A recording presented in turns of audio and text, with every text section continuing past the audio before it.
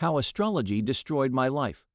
A story of betrayal. I've never thought astrology would ruin my marriage, but here I am, pouring my heart out to strangers on the internet because it seems like the only place where my story might make sense. My wife, Sophia, was always into astrology. I used to think it was harmless, a quirky hobby she enjoyed.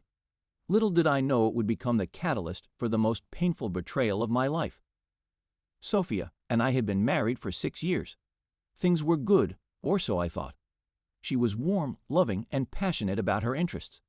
She'd spend hours reading birth charts, analyzing planetary alignments, and telling me how Venus in retrograde was going to mess up our communication. I'd nod, laugh it off, and listen. I loved her enthusiasm, even if I didn't believe in it myself. Things started changing a few months ago. Sophia became obsessed with a new astrology app and began discussing concepts that were new to me. It wasn't surprising, as she was glued to the app constantly, comparing our charts and analyzing our supposed misalignments. One day, she came to me looking troubled. "Do you know that our moon signs are completely incompatible?" she said, as if she had discovered a fatal flaw in our relationship. I laughed, thinking it was just another one of her astrology quirks. "Well, I guess it's a miracle we've lasted this long," I joked. She didn't laugh. Over the next few weeks, Sophia became distant. She was always on her phone, whispering into it late at night. When I asked her about it, she said she had joined an astrology forum to explore her spiritual side. I didn't think much of it. She was passionate about her hobbies, and I wanted to support that. Then one evening, I found her crying in the kitchen. She looked at me, tears streaming down her face, and said, "I need to tell you something. You're going to hate me." My stomach dropped. I sat down, bracing myself for whatever was coming. "I've been talking to someone," she said. "His name is Ethan. We met through the forum. He's an astrologer, and he's my soulmate."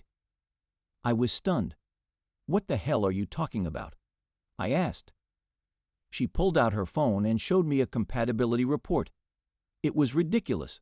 Pages of charts and graphs detailing how their stars aligned perfectly, how their Venus placements promised eternal love and harmony. "You're throwing away 6 years of marriage because some app says you're compatible with a stranger?" I asked, incredulous. "It's not just the app," she snapped. "I felt it too. We've been talking for months, and everything about him just makes sense. You and I, we've always been out of sync. I see it now." I felt like I'd been punched in the gut. "Have you met him in person?" She hesitated. "Once. Last weekend. It just happened, and the connection was undeniable. It felt like the universe was pushing us together." I couldn't believe what I was hearing. She had cheated on me because she thought the stars told her to. The next few weeks were hell.